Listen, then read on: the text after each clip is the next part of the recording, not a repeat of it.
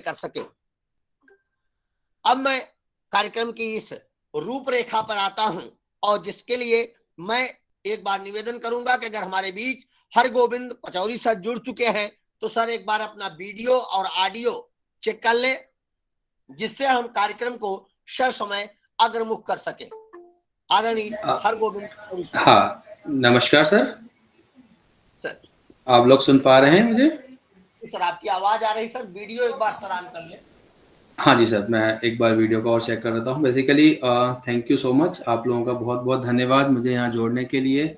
और मैं कोशिश करूँगा कि मैं अपने अनुभव आपके साथ साझा कर सकूँ जो कि उपयोगी होंगे पुनर्वास के इस महत्वपूर्ण कार्यक्रम में।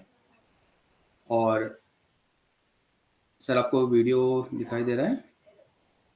सर अभी तक वीडियो आपकी आ नहीं रही सर। 1 मिनट सर, मैं थोड़ा सा ट्राई करता हूँ।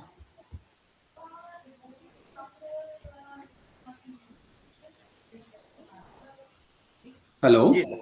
जी जी हाँ, सर। नमस्कार सर। सर सभी लोगों को आपकी मेरा बिल्कुल स्पष्ट हमारे पास आ रही है सर। जी मैं सभी प्रतिभागियों को बताना चाहूंगा, परम आदरणीय श्री हरगोविंद पचौरी सर, जिनका विशेष शिक्षा और इस शैक्षणिक परिवेश तथा आर्थोटिक प्रोस्थेटिक फील्ड में 21 वर्षों से अधिक का अनुभव है। आपने एसबी निर्तार उड़ीसा से प्रोस्थेटिक एंड आर्थोटिक्स में ग्रेजुएशन किया है। आपके द्वारा प्रोस्थेटिक एंड आर्थोटिक फील्ड में बहुत इनोवेटिव रिसर्च किए गए हैं, और आप निरंतरता के साथ ऐसे विशेषज्ञों के पैनलों में अपने भावों को देते रहे हैं, भावों को प्राप्त करते रहे हैं, तथा उनसे नए नए रिसर्चों पर आप अपने भाव देते रहे हैं, जिनसे हम दिव्यांगजनों के लिए तथा दिव्यांगजनों के साथ साथ दिव्यांगता के निवारण के लिए नए नए अवसरों की तलाश कर सके। ऐसे अनुभवशील और ऐसे विराट व्यक्तित्व को पाकर के सीआरसी लखनऊ आह्लादित है। मैं सादर आमंत्रित करता हूं श्री हरगोविंद पचौरी सर, आप आए और अपनी विशेषज्ञता हमारे बीच रखें। आदरणीय हरगोविंद पचौरी सर। सर धन्यवाद, बहुत बहुत धन्यवाद आपके वाक्य उत्तर का। और मैं कोशिश करूंगा कि आपकी अपेक्षाओं पे खरा उतर सकें। आपको आवाज आ रही है? जी सर, वॉइस क्लियर है सभी sir, please voice continue. Clear है? ठीक है, thank you sir, thank you. And मैं शुरुआत करने से पहले आप सभी लोगों का अपने मन से बहुत बहुत धन्यवाद प्रकट करता हूँ, खासकर हिमांशु दास सर का, रमेश पांडे सर का, और सीआरसी में लखनऊ में हमारे सहकर्मी गार्गी खरे जी का, सो कि जिन्होंने ये ऑर्गेनाइज किया है वेबिनार, बहुत अच्छा है। और हम कोशिश करेंगे कि मैं अपने जितने भी क्लिनिकल एक्सपीरियंस हैं जो हम लोग आए दिन यहाँ पर अपनी क्लिनिक पर इनकाउंटर करते हैं, खासकर पेरेंट्स की जो वरीज होती हैं बच्चों को लेकर, और क्योंकि सबसे बड़ा जो परेशानी होती है वो पेरेंट्स को बहुत ज़्यादा होती है, उनको काफ़ी नॉलेज नहीं हो पाती है, और वो मतलब हर फेज़ में अलग अलग तरीके से परेशान होते रहते हैं। तो मैं कोशिश करूँगा कि बहुत ही कॉमन क्वेश्चन जो उनके होते हैं उनको आज यहाँ पर आंसर करें, और उनको बताएं कि जो पुनर्वास है मतलब रिहेबिलिटेशन है वो बेसिकली एक होलिस्टिक अप्रोच है, जिसमें कि एक पूरी टीम का जो कंट्रीब्यूशन है वो बहुत ज़रूरी है। मतलब रिहेबिलिटेशन एक, हम लोग शुरुआत में ही पढ़ते हैं कि रिहेबिलिटेशन टीम वर्क है, और टीम वर्क जब भी काम करता है जब सारे मेंबर्स उसके बराबर तरीके से अपने अपना रिस्पॉन्सिबिलिटीज़ को बताएं और पेरेंट्स को गाइड करें, ताकि वो बच्चे को बहुत अच्छी तरह से इंडिपेंडेंट बना पाएँ। तो इसी संदर्भ में हम लोग कोशिश करेंगे आज, जैसे बेसिकली हमने जो हमारा टॉपिक है intervention for the development disorders. तो डेवलपमेंट डिसऑर्डर्स तो बहुत सारे हैं, अगर उनको लिस्ट करेंगे तो काफ़ी सारे डिसऑर्डर्स हैं, और एक दिन में या एक घंटे में इतने सारे डिसऑर्डर्स को कंट्रोल मीन्स कवर करना या बताना उनके बारे में पॉसिबल नहीं होता है। तो हम लोग फेज वाइज चलेंगे, और आज के इस कार्यक्रम में या आज के इस वेबिनार में मैं कोशिश करूंगा कि हम जो बहुत सबसे ज़्यादा जो इम्पोर्टेंट है, जो हम सोसाइटी में सबसे ज़्यादा देख रहे हैं डेवलपमेंट डिसऑर्डर्स, वो है सेरिब्रल पाल्सी, और दूसरा है सीटीबी, क्लब फुट, जिसके बारे में हम लोग बोलते हैं। क्लब फुट बहुत कॉमन टर्म है जो कि सामाजिक बोलचाल की भाषा में यूज होती है। तो इन दोनों को मैं कोशिश करूंगा कि इसमें हम अपने नई टेक्निक्स, किस तरह से ट्रीटमेंट होता है या किस तरह से हम लोग एक रिहेबिलिटेशन का जो प्रोग्राम है वो कर पाते हैं। खासकर क्लब फुट में तो एक ट्रीटमेंट ऑप्शन है कि अ, और बहुत लोग बहुत सारे पेरेंट्स इसके बारे में पूर्ण जानकारी ना होते हुए अलग अलग तरीके से अलग अलग मेडिकल फैसिलिटी पे परेशान होते हैं, उनको पूरी जानकारी नहीं मिल पाती है और वो अंततः होता ये है कि कई बार ट्रीटमेंट आधे में छूट जाता है या फिर मीन्स पूरा होने से पहले ही वो खुश हो जाते हैं और मिलता उसके बाद उसको नेग्लेक्ट हो जाता है और रियल अपसेसिस के जो केसेस हैं वो बढ़ जाते हैं। तो यहाँ पर हमारा आज का जो फोकस रहेगा वो पहले के लिए बेसिकली हम लोग क्लब फुट के ऊपर पहले शुरू करते हैं। इसके बीच में अगर पेरेंट्स या आप पार्टिसिपेंट्स को मैं ये रिक्वेस्ट करूंगा कि अगर आपका कोई भी क्वेश्चन हो तो मुझे बीच में पूछ सकते हैं या फिर जब हमारा वेबिनार समाप्त होने वाला हो तो एंड में आपको क्वेश्चन आंसर सेशन रखा जाएगा, जिसमें कि आप अपने जो FAQs हैं या क्वेश्चन है जो आपके मन में डाउट हो, मैं कोशिश करूंगा कि पूरी तरह से उसको संतुष्ट किया जाए। तो आपकी आज्ञा से मैं शुरू करता हूँ। क्लब फुट के लिए एक मैसेज, एक मिनट मुझे दीजिए।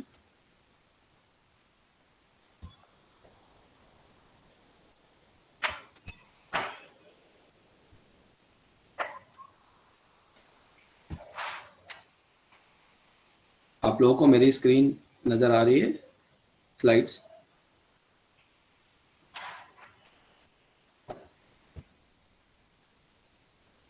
प्रेजेंटेशन अभी आ नहीं रही सर। हाँ, प्रेजेंटेशन नहीं आ रहा, एक मिनट।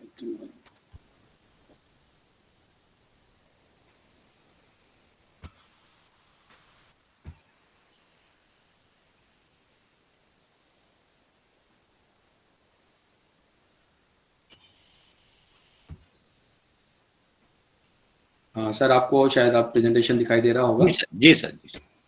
तो हम लोग प्रेजेंटेशन में चलते हैं और आज का जो मेरा प्रेजेंटेशन है इडियोपैथिक टेलीपैथ इक्विनोवायरस या कॉन्जिनेंटल क्लब फुट जिसको बोलते हैं हम लोग, बहुत ही कॉमन डिफॉर्मिटी है और मीन्स जो बर्थ से स्टार्ट होती है और अगर इसको ट्रीट नहीं किया जाए तो मीन्स काफ़ी लोगों को ज़िंदगी भर अपंगता की परेशानी को झेलना पड़ता है। इसके कारण बच्चे जो आगे चल के मतलब वयस्क हो जाते हैं और अपने पैरों पे प्रॉपर वजन नहीं देने के कारण उनको मतलब अपनी रोज़मर्रा की ज़िंदगी में काफ़ी चीज़ों को, परेशानियों को गुजरना पड़ता है। पैर का शेप नहीं होता बराबर, वेट बेयरिंग बराबर नहीं हो पाती है या उनके लिए प्रॉपर शूज़ मिलना बहुत मुश्किल होता है। अगर दोनों पैरों में है तो वो भी परेशानी होती है और अगर एक पैर में है तो बराबर साइज के जूते खरीदना भी बहुत अपने आप में बहुत बड़ा फैक्टर है। तो हम लोग कोशिश करेंगे कि इस प्रेजेंटेशन के अंत तक हमको ये समझ में आए कि टेलीपैथ इक्विनोवायरस या आम भाषा में क्लब फुट जो हम बोलते हैं वो क्या है, किस तरह से प्रेजेंट होता है, क्या इसके इंसिडेंसेस हैं, कितना ये मतलब देश में या विश्व भर में कितना ये हो रहा है अभी नए जन्मजात बच्चों में, और क्या इसके फीचर हैं और बेसिकली इसका क्या एक ट्रीटमेंट क्या है, ट्रीटमेंट और रिहेबिलिटेशन का फेज जो है वो क्या है। आप लोगों को स्क्रीन पे नज़र आ रहा होगा फुट के डिफरेंट डिफरेंट पिक्चर्स। कोई कंफर्म कर पाएगा मुझे? सर स्लाइड चेंज काफी नहीं हो रही है सर। स्लाइड चेंज नहीं हो रही है। जी एक मिनट सर, मैं एक बार कोशिश करता हूँ कि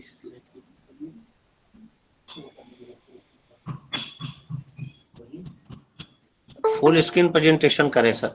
हाँ, फुल स्क्रीन प्रेजेंटेशन ही है सर और आई थिंक फर्स्ट स्लाइड तो आ गई थी या जी सर। एंड उसके बाद second and I think third slide जो है सर, आपकी स्क्रीन पे स्लाइड चेंज आ रही है या नेटवर्क स्लो है? नहीं सर, नहीं आ पा रहा है। स्लाइड चेंज नहीं हो पा रही है सर। सॉरी सर, अगर इंटायर स्क्रीन प्रेजेंट करें आप तो ज्यादा अच्छा होगा। ओके सर, एक मिनट मैं कोशिश करता हूँ इंटायर स्क्रीन प्रेजेंट करने के लिए।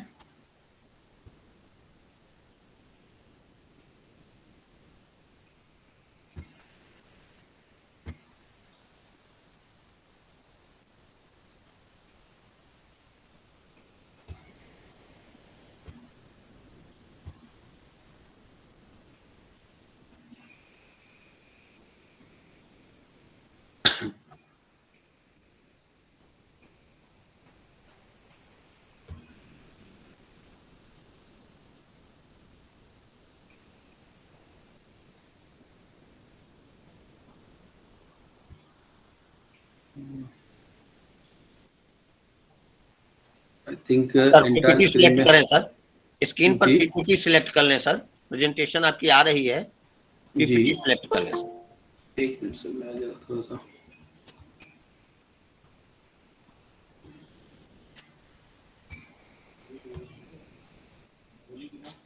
जहां आपने पीपीटी ऑन की है ना सर, हाँ सर यही अब मैं बस उसी यही स्क्रीन पे आ जाइए।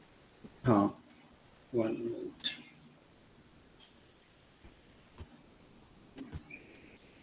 जी सर। 1 मिनट सर, मैं कोशिश करता हूँ।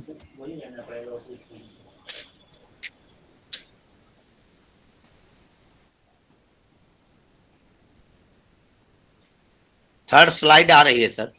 थर्ड स्लाइड आ गई ना आपके पास? जी ठीक है सर, जी सर, सर, जी देखते सर, हैं। इसी स्क्रीन पर है। हाँ सर, ये आपका आई थिंक थर्ड स्लाइड आ गई है अभी तक जी सर, आपके जी पास? सर, जी हाँ सर। सर, सॉरी थोड़ा टेक्निकल हिकअप्स आते हैं बीच बीच में। सो एनाटॉमी ऑफ फूड थोड़ा सा रिवाइज करते हैं कि फूड का स्ट्रक्चर जो होता है हमारा, और उसमें कॉमन प्रॉब्लम जो फूड में होती हैं। जैसे हम देख पा रहे हैं कि नॉर्मल फूड जो होता है उसमें 3 कंपोनेंट होते हैं, फोर फूड, मिड फूड और हैंड फूड, है ना। सामने की तरफ उंगलियां होती हैं, यहाँ पर पैर की उंगलियां कहलाती हैं, बीच में पंजा, और पीछे की तरफ एडी का जो पोर्शन होता है। मैं हिंदी में भी थोड़ा सा कोशिश करता हूँ इसको सिंप्लीफाई करने के लिए। एंड एनॉमलीज ऑफ फूड में की जो नॉर्मल फूड से जो डेविएशन होता है उसमें काफ़ी तरह की प्रॉब्लम्स होती हैं। टेलीपैथ जो वर्ड है, टेलीपैथ बेसिकली एंकल और फुट के स्ट्रक्चर को बोला जाता है। टेली मतलब एंकल, पैस मतलब फुट। सो अगर हम देखें तो इसमें telepath कैवस, इक्वाइनस, telepath calcaneus, telepath वेल्गस, telepath इक्वेनोवेल्गस, ये सारी प्रॉब्लम्स हैं जो कि आइदर बाय बर्थ और मे बी एक्वायर्ड, मतलब जन्म के बाद में किसी भी वजह से न्यूरोमस्कुलर प्रॉब्लम की वजह से ये एक्वायर्ड हो सकती हैं।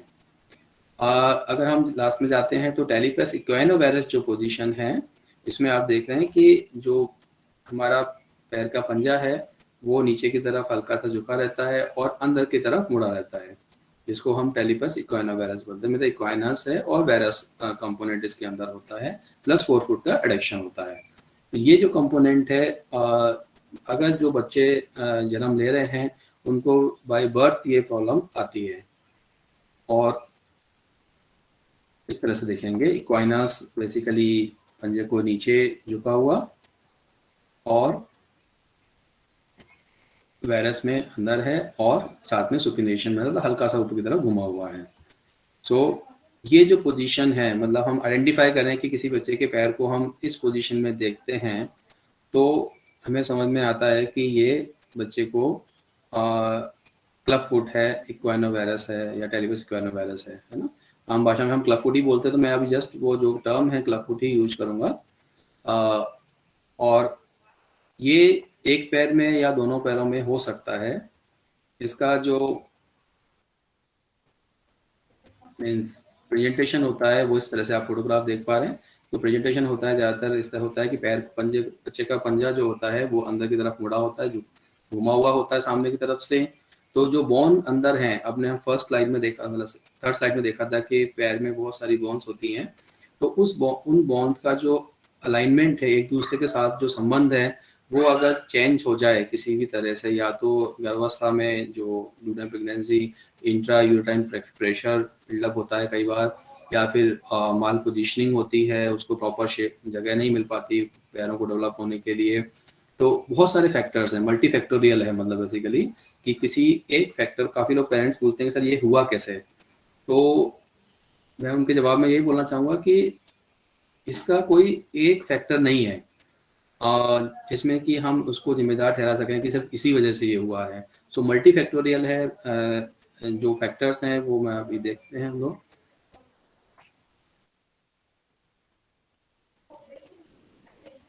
इस तरह के आपको सिचुएशन या बच्चों के पैर नज़र आते होंगे। मैं काफ़ी लोगों को, मतलब पार्टिकुलर पेरेंट्स या उनके रिलेटिव्स को, अभी भी कोई न्यू बॉर्न चाइल्ड होता है तो उसको हम जब पैर एग्जामिनेशन करते हैं पता चलता है कि ये प्रेजेंटेशन करीब करीब होता है,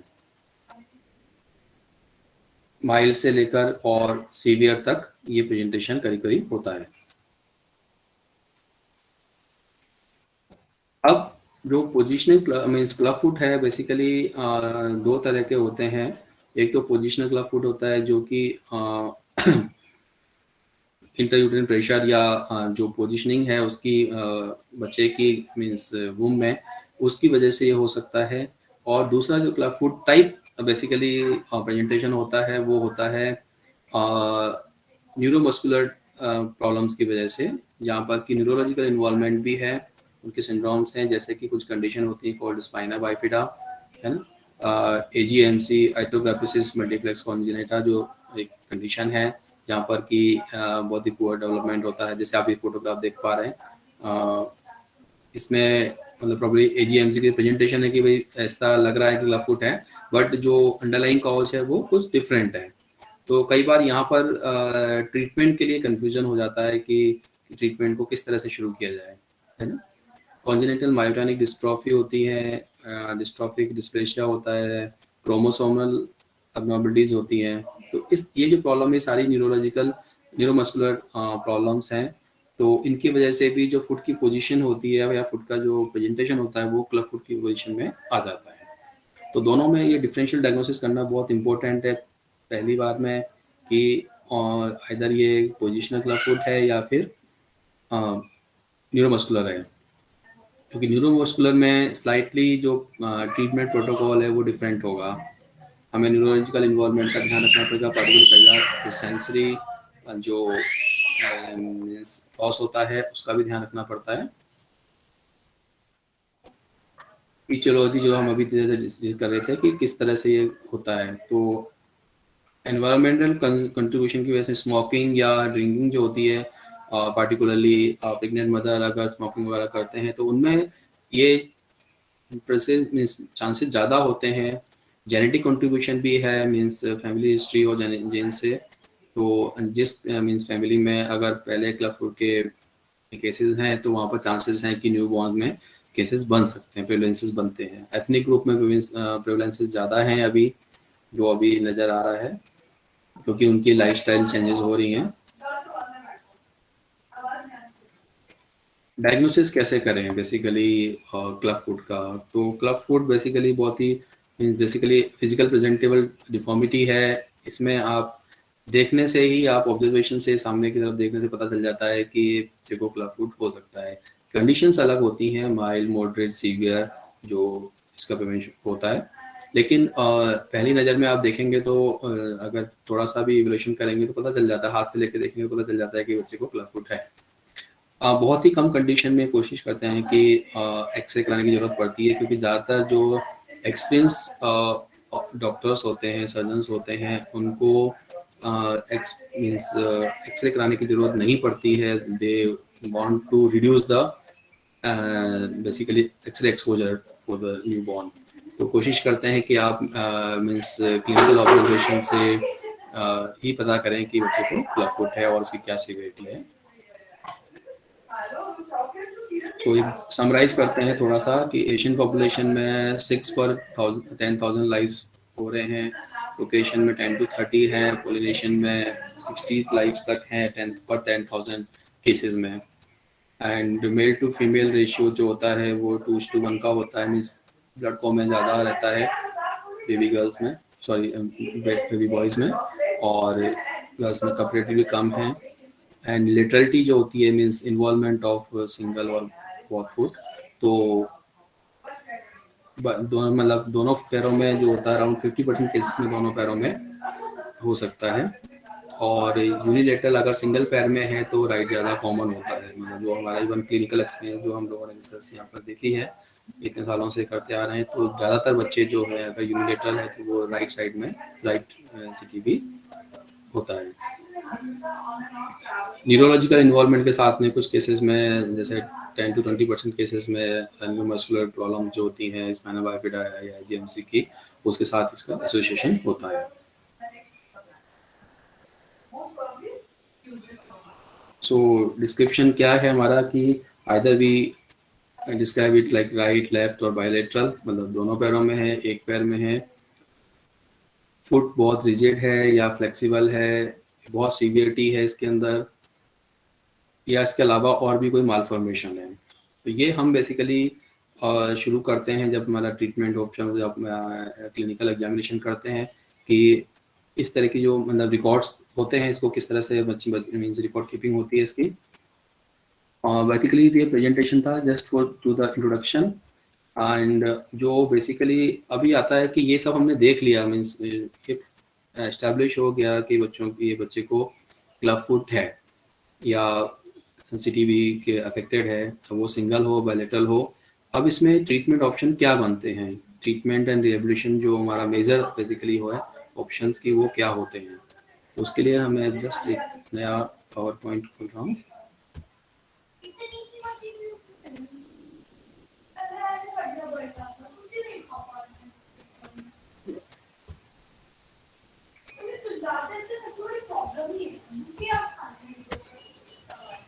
ओके, ये जस्ट एक method of yes, I think आपको स्क्रीन ये दिख रही होगी। हेलो, यस सर, स्क्रीन दिख यस रही है। सर, स्क्रीन दिख रही है ना। So we have some photographs like जो अभी मतलब करंट सिनेरियो है क्लिनिकल ट्रीटमेंट का, तो उसमें मोस्ट जो इफेक्टिव मेथड है क्लब फुट ट्रीटमेंट के लिए, that is Ponseti method of club foot management. Doctor Ponseti ने ये मींस रिसर्च करके और plus over the years of clinical practice he has established this method, जो कि वर्ल्ड वाइड अभी फॉलो हो रहा है, और आई थिंक इस gold standard in club foot management. मतलब हम बहुत ही कम रिसोर्सेज से लेकर हाईली डेवलप कंट्रीज तक सभी जगह पर पॉन्सेटी मेथड जो है वो यूज होता है। And the advantage and most important thing is in this method is it's purely conservative। कि मीन्स जैसा हम लोग बेसिकली हमारा जो फील्ड है रिहेबिलिटेशन का, we always go for the conservative, we want to avoid surgeries, we want to means defer surgeries. तो ये वाला जो हमारा ऑब्जेक्टिव है कि भाई हम बिना सर्जिकल इंटरवेंशन के जितना हो सके उतना मैनेज हम कर सकें उसको। तो पॉन्सेटी मेथड जो है वो काफ़ी अच्छा रिजल्ट देता है अगर प्रॉपर तरीके से जो पॉन्सेटी टेक्निक ट्रेंड सर्जन्स हैं वो अगर उसको फॉलो करते हैं, और followed with the proper orthotic management. जो ऑर्थोटिस्ट हैं आपके, they are well versed in Ponseti technique, उनको उनका अगर डिज़ाइनिंग ब्रेस का है कि वो जैसा जो पॉन्सेटी रिकमेंडेशन है उसके अकॉर्डिंग ब्रेस डेवलप करते हैं और मीन्स डिज़ाइन करते हैं, तो बहुत अच्छे से इसका रिजल्ट आता है। और ये मैं हम लोग पिछले करीब 10-12 साल से यहाँ पर मेरी प्रैक्टिस में हम लोग देख रहे हैं कि पर वीक हम यहाँ पर अराउंड 5 to 6 किड्स को मीन्स बच्चों को ट्रीट करते हैं, मतलब न्यू बॉर्न बेबीज, कि जिसमें कि यहाँ पर जिनको ब्रेसिंग हम करते हैं यहाँ पर वीक। सो पर वीक 5 to 6 आप समझ सकते हैं कि नंबर्स कितने हाई हैं, मतलब it's just I am talking over the one clinic इसमें हम लोग कर रहे हैं। तो क्या है पॉन्सेटी टेक्निक और उसका क्या एडवांटेज है, तो हम लोग थोड़ा ब्रीफ में समझने की कोशिश करेंगे। बेसिकली डॉक्टर पॉन्सेटी ने एक टेक्निक जो उन्होंने क्लिनिकल अपना प्रैक्टिस है उसमें डिस्टैब्लिश किया कि most of the club foot cases हैं उसको हम लोग मैनिपुलेशन एंड मीन्स प्रिवेंशन से ट्रीट कर सकते हैं। उनको हम लोग नियर नॉर्मल जो पोजीशन है उसको बैक कर सकते हैं, तो उसमें सर्जिकल इंटरवेंशन की ज़रूरत नहीं पड़ती है, या फिर ज़रूरत पड़ती है तो बहुत मिनिमम सर्जिकल इंटरवेंशन रिक्वायर्ड होते हैं। So 90% of cases can be cured और manage with the conservative management. So इस बहुत सिंपल है कि अगर हम लाइक आपके जो ट्रीटिंग डॉक्टर्स हैं वो फंक्शनल एनाटॉमी ऑफ फुट को अगर अच्छे समझते हैं अच्छे से एंड पोजीशनिंग ऑफ फुट को समझते हैं, तो वो जब हम ट्रीट करना शुरू करते हैं तो उसमें बहुत इजीली वो मैनेज कर पाते हैं इसको बिना सर्जिकल इंटरवेंशन के। तो शुरुआत होती है मीन्स इसका सबसे बड़ा इम्पोर्टेंट एस्पेक्ट है कि जन्म से कुछ दिनों में जैसे ही पता चलता है कि बच्चे क्लब फुट है आइदर सिंगल और बायलेटरल, तो उसको पहले जेंटल मैनिपुलेशन से शुरू करते हैं। मीन्स मदर को सिखाया जाता है कि आप किस तरह से बच्चे को एक्सरसाइज करा सकते हैं, and second is corrective cast उसमें अप्लाई करते हैं। अगर आप पिक्चर देख पा रहे हैं इसमें, you can see here. So this is the caste, first caste you can say. So usually 5 to 7 caste की recommendation होती है as per the counseling technique कि 5 से 7 कास्ट मतलब अप्रोक्सीमेट 5 to 6 days का एक कास्ट होता है जिसको कि बच्चों को जेंटल मैनिपुलेशन जो स्लोली हम लोग ग्रेजुअल करेक्शन करते हैं। तो अगर आप पिक्चर देखेंगे तो फर्स्ट पिक्चर है देखिए इनिशियल जो पोजीशन है पैर की उस पोजीशन पे किस तरह से आप कास्ट करते हैं, स्लाइड करेक्शन करेंगे, देन नेक्स्ट कास्ट में उसको और थोड़ा ज़्यादा करेक्शन करेंगे and then gradually third cast में न्यूट्रल आ जाता है, फोर्थ एंड फिफ्थ कास्ट में स्लाइटली ओवर करेक्टेड करते हैं। तो जब ओवर करेक्शन जब हो जाता है तो उसकी जो मसल्स और लिगामेंट्स ऑफ टिश्यूज हैं वो जो कॉन्ट्रैक्टेड थे वो स्ट्रेच हो जाते हैं वहाँ से और फुट की फ्लेक्सिबिलिटी बढ़ जाती है।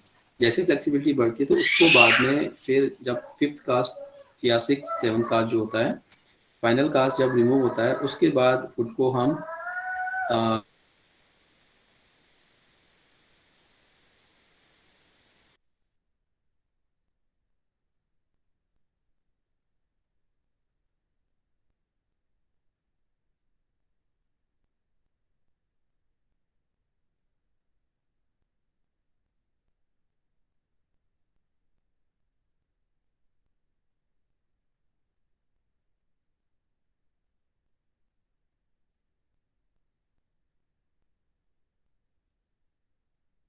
सर आपकी तरफ से आवाज नहीं आ पा रही सर। आदरणीय सर आपकी आवाज हम तक शायद टेक्निकल कुछ रीजन के कारण नहीं पहुंच पा रही है।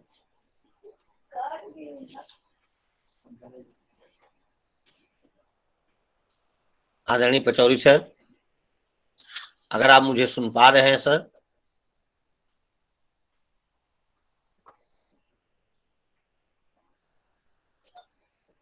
कुछ टेक्निकल रीजन से सर डिस्कनेक्ट हुए हैं, कुछ ही पल में वो हमारे बीच पुनः जुड़ेंगे।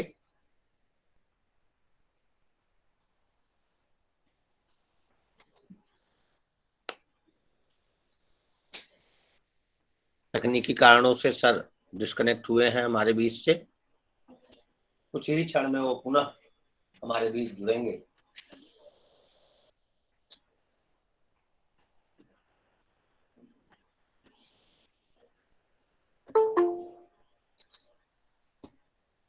तकनीकी ने जितनी सहजता हमें प्रदान की है कहीं न कहीं किसी न किसी रूप पर कुछ चैलेंजेस हमारे सामने उसने छोड़े हैं जिस पर अभी भी बहुत काम करने की आवश्यकता है, पहुंच बनाने की आवश्यकता है। और इस क्रम में नेटवर्क का एक बहुत बड़ा रोल होता है। हम और आप जहां से कार्यक्रम में जुड़ते हैं, कार्यक्रम को हम आप जहां से अपना जुड़ाव सुनिश्चित करते हैं वहां पर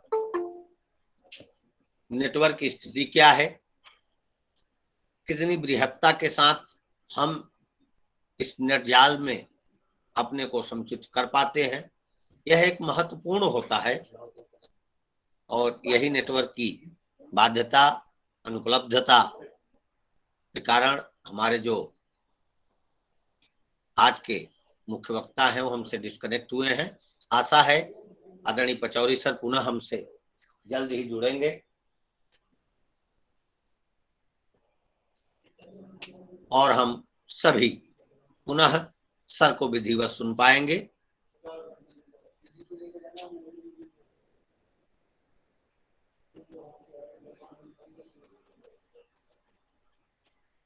अगर मेरी आवाज आदरणीय सर तक पहुंच रही है तो सर अपना माइक अनम्यूट करें।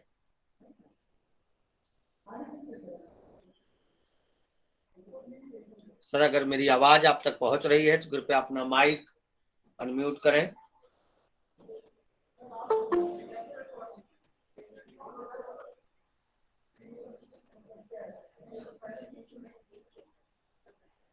क्या आप तक मेरी आवाज पहुंच रही है सर?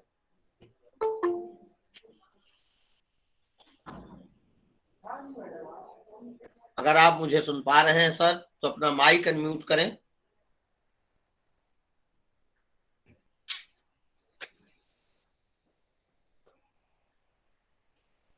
कार्यक्रम की मुख्य आयोजिका आदरणीय गार्गी खरे मैम। हाँ सर। सर से आप एक बार हाँ फोन सर, से संपर्क कुछ कर लें। तकनीकी खराबी के कारण हम उनसे संपर्क नहीं कर पा रहे हैं। मैं उनसे संपर्क करने की फिर से कोशिश करती हूँ। कोई टेक्निकल इश्यूज हैं, शायद इंटरनेट की कनेक्टिविटी का कोई इशू है। मैं बहुत जल्द अपने ही सब हमारे हम्म, आज के मुख्य वक्ता हमारे बीच होंगे और आशा है कि हम उन्हें विधिवत सुन पाएंगे।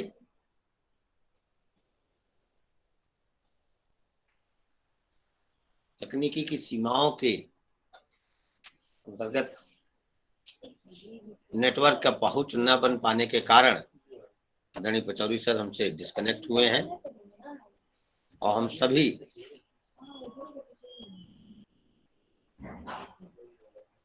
आशा करते हैं कि बहुत जल्द ही सर हमारे बीच पुनः जुड़ेंगे और सर के प्रेजेंटेशन को, सर के वक्तव्य को हम सभी विधिवत रूप में सुन पाएंगे।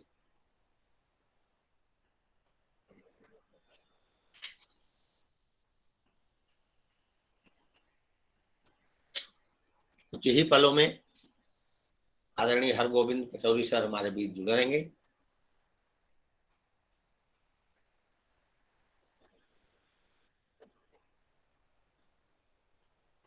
सादर प्रणाम है अमित जी, आप सभी प्रतिभागियों को सादर प्रणाम है और सीआरसी लखनऊ की तरफ से बारंबार आप सभी का स्वागत, वंदन और अभिनंदन है।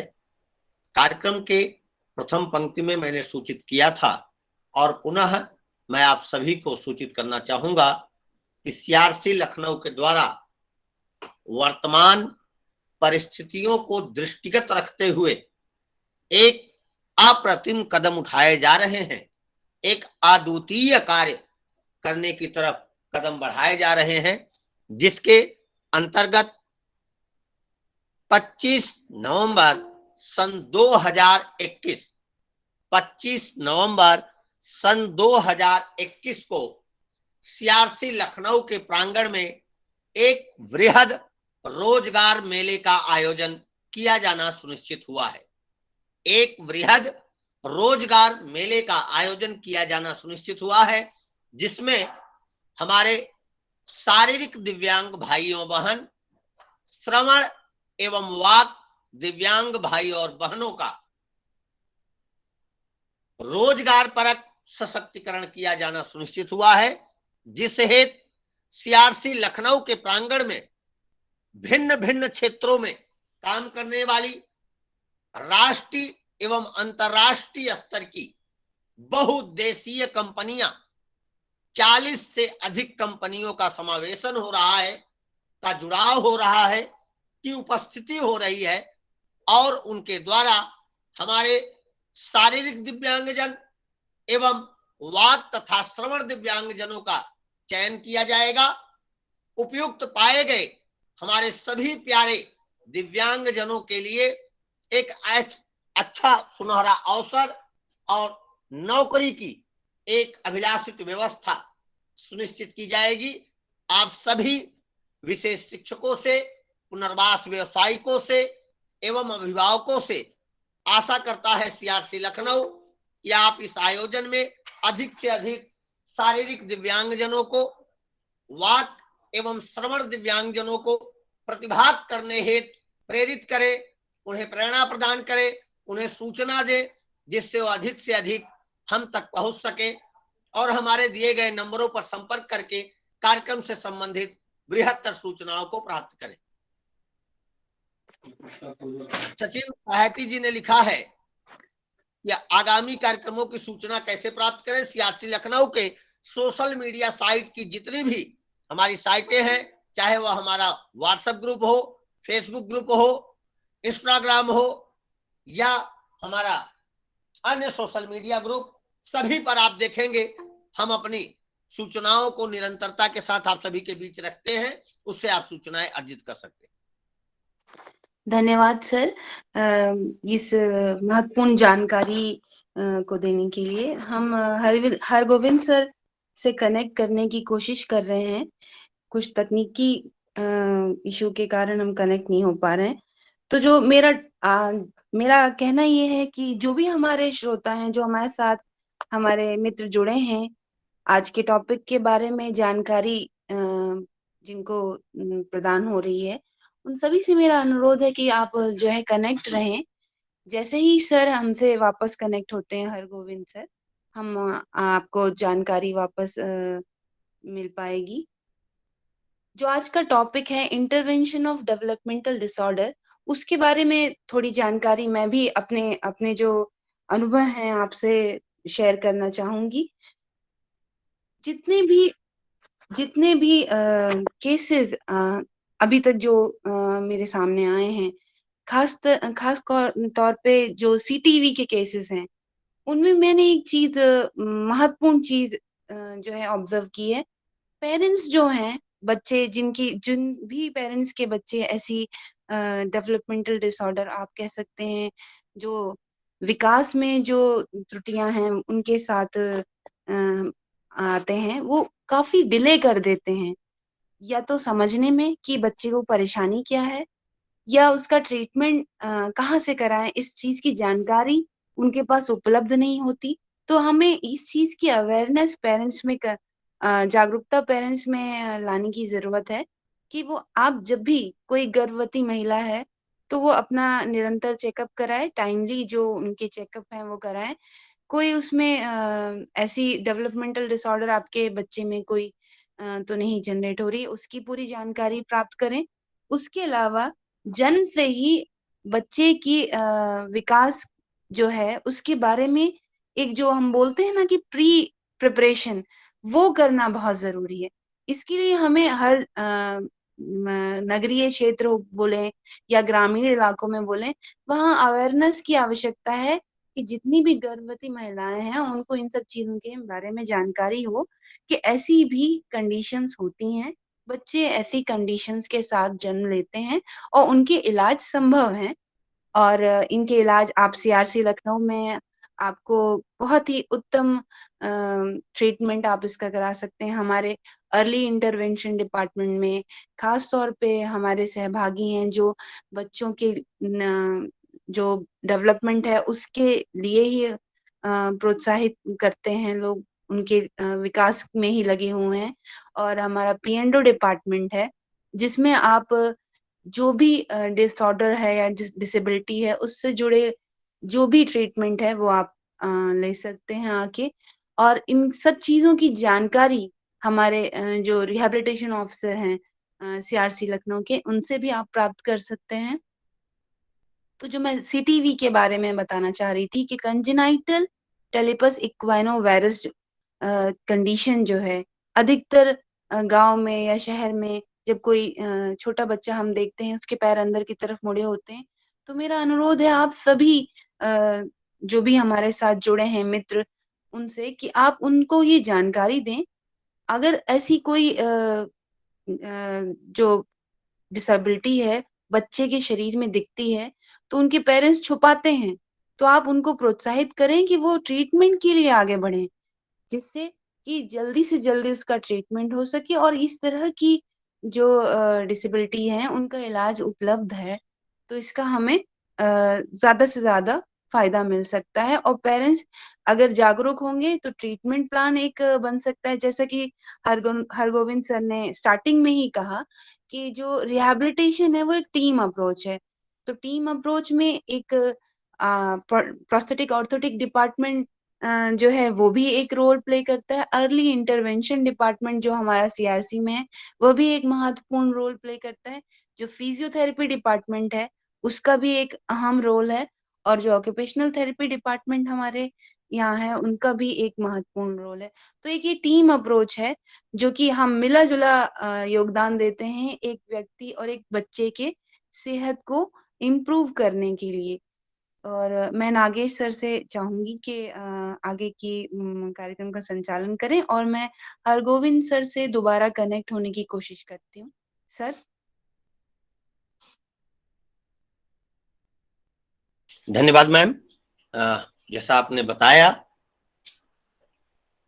आपके समक्ष सीआरसी लखनऊ के द्वारा जो रचनात्मक गतिविधियां रखी जाती हैं उन सभी रचनात्मक गतिविधियों से संबंधित हम सेवाओं को प्रदान करने में और सेवाओं से संबंधित विशेषज्ञताओं को प्रदान करने में सदा प्रयासरत रहते हैं।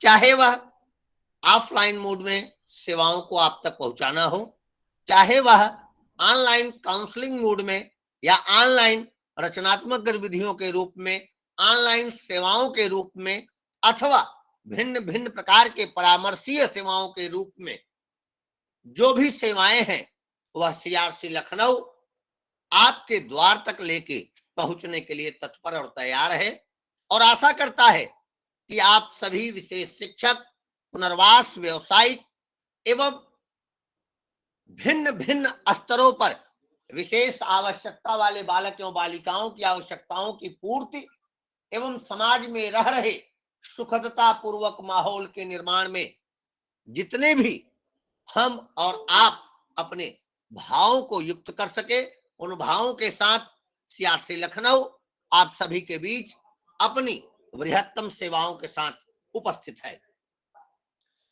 वर्तमान कुछ समय में हम अपनी गतिविधियों को दोनों मोड में करते हुए चले आए हैं। अब सीआरसी लखनऊ अधिकतम अपने कार्यक्रमों को ऑफलाइन मोड में आप सभी के बीच ले आ रहा है और हम शैक्षणिक उन्नता के साथ साथ व्यावसायिक उन्नता, साथ ही साथ सशक्तिकरण के वे पायदान जो वर्तमान परिस्थितियों में विशेष आवश्यकता वाले बालक एवं बालिकाओं की व्यक्तिगत आवश्यकताओं की जो पूर्ति करती है, व्यावसायिक आवश्यकताओं की जो पूर्ति करती है, उसके विषय में भी बृहत्तर काम करने के लिए, बृहत्तर सोच विकसित करने के लिए और बृहत्तर एक सामाजिक माहौल बनाने के लिए हम निरंतरता के साथ काम कर रहे हैं। इसी कड़ी में आप सभी परिचित हैं कि 24/7 प्रदान की जाने वाली सेवा मानसिक स्वास्थ्य पुनर्वास helpline, mental health rehabilitation helpline, जिसका नाम किरण आप सभी के बीच वह एक बृहत्तर रूप में रखी जा रही है। मेंटल हेल्थ रिहेबिलिटेशन हेल्पलाइन जिसका नंबर है 180059900019। मैं पुनः मेंटल हेल्थ रिहेबिलिटेशन हेल्पलाइन, मानसिक स्वास्थ्य पुनर्वास हेल्पलाइन का नंबर आप सभी के बीच कहना चाहूंगा। नंबर है 180059900019। एक ऐसी बृहद हेल्पलाइन, एक ऐसी सेवा प्रदाता पुनर्वासीय सेवा भाव जिससे हमारे और आपके अंदर उपजने वाले कोविड-19 के अंतर्गत एवं कोविड-19 के व्यवहार के पश्चात के जो भिन्न भिन्न फ्रस्ट्रेशंस हैं, अर्ली स्कैनिंग से संबंधित, साइकोलॉजिकल सपोर्ट से संबंधित या डिस्ट्रेस मैनेजमेंट से संबंधित, मेंटल वेलबींग से संबंधित जो भी भाव हैं, उन भावों की स्थापना के लिए यह एक बृहद पुनर्वासीय सेवा प्रदान करने वाली हेल्पलाइन है।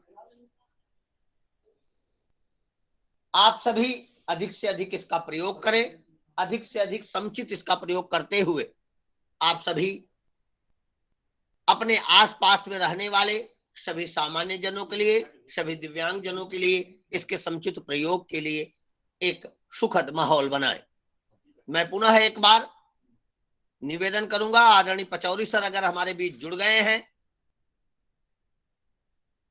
तो हम उन्हें सुने, अन्यथा की स्थिति में हम कार्यक्रम के अग्रभाग की तरफ बढ़े। गार्गी मैम अगर आप सुन पा रही हैं? हाँ सर। अगर हमसे जुड़ पा रहे हैं, अन्यथा हम लोग कार्यक्रम की अगली कड़ी में चले। हाँ सर, वो शायद कोई टेक्निकल इशू के कारण वो कनेक्ट नहीं हो पा रहे हैं, इंटरनेट कनेक्शन शायद नहीं है, इसलिए हम आगे बढ़ते हैं।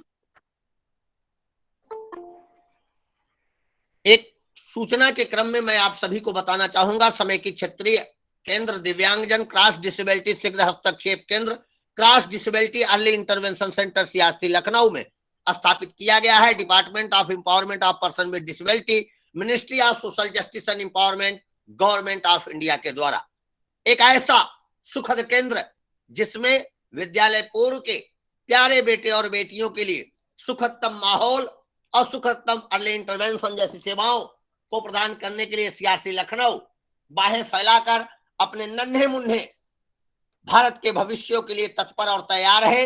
उन्हें देखने के लिए, उन्हें सेवाएं प्रदान करने के लिए और उन तक बचपन को बेहतर रूप में खिलने देने के लिए सीआरसी लखनऊ अपने शीघ्र हस्तक्षेप केंद्र के साथ अपनी सेवाओं को लेकर के हाजिर है। आप सभी से निवेदन है कि हमारे early intervention centre cast disability शीघ्र हस्तक्षेप केंद्र में छोटे बच्चों की पहुंच को सुनिश्चित करें।